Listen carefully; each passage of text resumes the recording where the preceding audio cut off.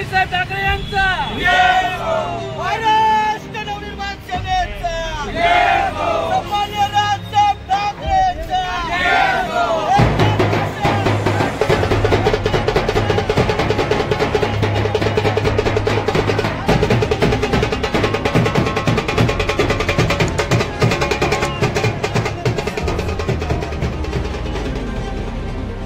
काय सांगणार राज्य सरकारने जी हिंदी भाषेला जी स्थगिती आणली आहे तर काय सांगणार? आता आपण पाहिलं तर पहिलीपासूनच्या पाठ्यपुस्तक अभ्यासक्रमात हिंदी भाषेची सक्ती ही राज्य शासनाने लादलेली होती आणि त्याच्या विरोधात माननीय राजसाहेब ठाकरे यांनी सरकारला पत्रव्यवहारही केला होता आणि एक अल्टिमेटम दिलं होतं, आमच्यावर जर ही हिंदी भाषा लादण्याचा प्रयत्न केला तर या महाराष्ट्रामध्ये संघर्ष अटळ आहे आणि सरकारला नक्कीच या गोष्टीची जाणीव आहे की महाराष्ट्र नवनिर्माण सेनेची रस्त्यावरची ताकद काय आहे आणि माननीय राजसाहेब ठाकरे यांचा महाराष्ट्र सैनिक कशा प्रकारे आंदोलन करतो, त्यामुळे सरकारला हा निर्णय मागे घ्यावा लागलेला आहे.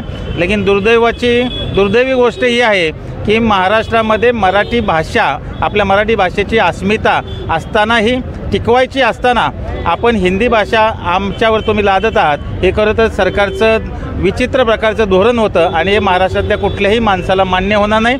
या उलट आमची अशी मागणी आहे, या महाराष्ट्र राज्यामध्ये ह्या देशामधून अनेक राज्यांमधून या ठिकाणी लोक येतात, व्यवसाय करतात, आपलं परिवार जोपासतात, त्यांना खरं त्यांच्या राज्यामध्ये मराठी भाषा शिकवली जावी जेणेकरून त्यांना या ठिकाणी मराठी भाषा व्यवस्थित बोलता येईल आणि इथल्या लोकांशी आपला संवाद व्यवस्थित करता येईल. तर आमची मागणी महाराष्ट्र नवनिर्माण सेनेतर्फे ही आहे की बाकीच्या राज्यांमध्ये तुम्ही मराठीचं शिक्षण हे त्यांना कंपल्सरी करा जेणेकरून तिकडचे येणारे लोंढे या ठिकाणी त्यांना मराठी बोलता येईल.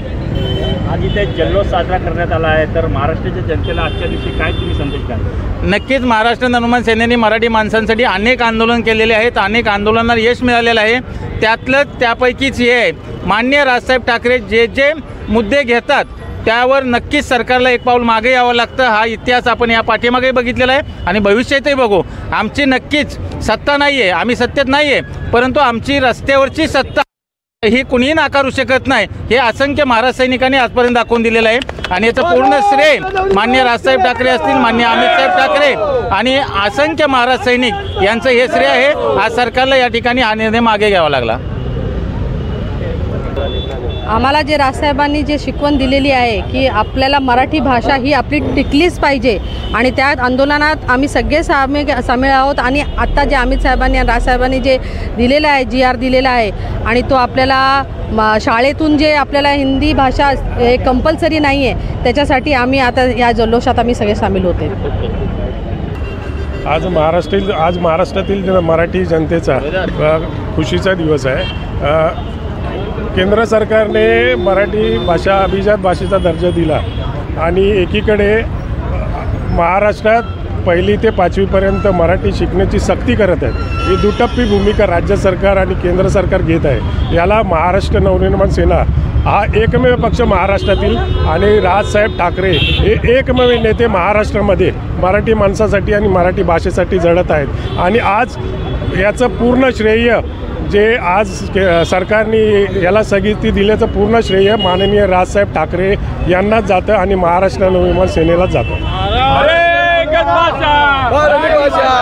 खरं तर या महाराष्ट्राच्या मराठी माणसाच्या हितासाठी एकच पक्ष उभा आहे, तो म्हणजे महाराष्ट्र नवनिर्माण सेना. हे पुन्हा एकदा सिद्ध झाले. कुठलंही शासन असो, कुठलाही असो, जिथं मराठी माणसाचा आणि मराठी भाषेचा विरोध केला, त्याच्या विरोधात कुठलाही निर्णय काढला तर महाराष्ट्र सैनिक रस्त्यावर येईल या भीतीने आज राज्य सरकारने तो निर्णय मागे घेतला आहे. खरं तर त्यांना बोलते देरचे आहे दुरुस्तीचे आहे पण आले, त्यांना महाराष्ट्र सैनिक आहे याची भीती आहे आणि सन्माननीय राजसाहेब ठाकरे तर आहेच आहे.